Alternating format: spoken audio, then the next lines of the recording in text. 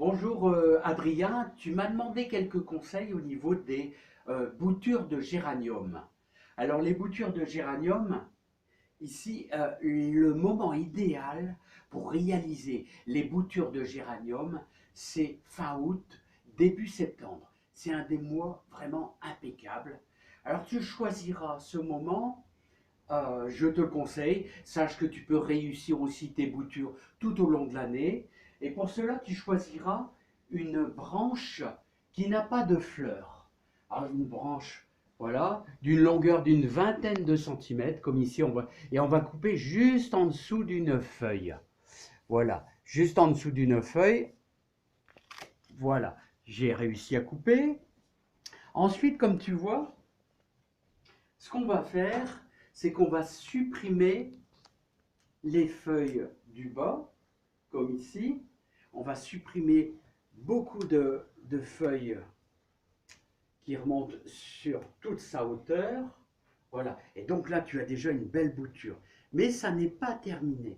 Il va falloir, Adrien, que tu fasses deux entailles. Deux entailles avec un couteau qui coupe bien. Hop. Et ici, en croix. Alors, c'est deux entailles en croix qui vont permettre des racines de se manifester. Hein. Voilà. Donc, tu n'as plus ensuite, après, qu'à mettre ça dans un pot. Alors, moitié terre, moitié terreau. Tout simplement, tu l'implantes, voilà, à trois quarts. Et tu écrases bien, comme ceci.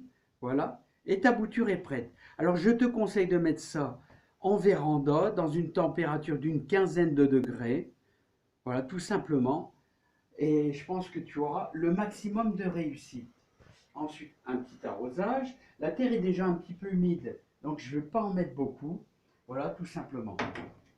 Alors, notre bouture est terminée. Tu vois, c'est très très simple la bouture de géranium. En général, on a beaucoup de bons résultats. Et est-ce que je peux te dire encore sur les géraniums? Alors, sur les géraniums, il faut toujours faire attention, c'est au jaunissement des feuilles. Le jaunissement des feuilles, c'est simple, c'est toujours dû à un excès d'eau. Il faut y aller mollo. Ici, on arrive en période hivernale. Et en période hivernale, il faut arroser quand même beaucoup moins. Voilà, elles vont produire quand même beaucoup moins de fleurs.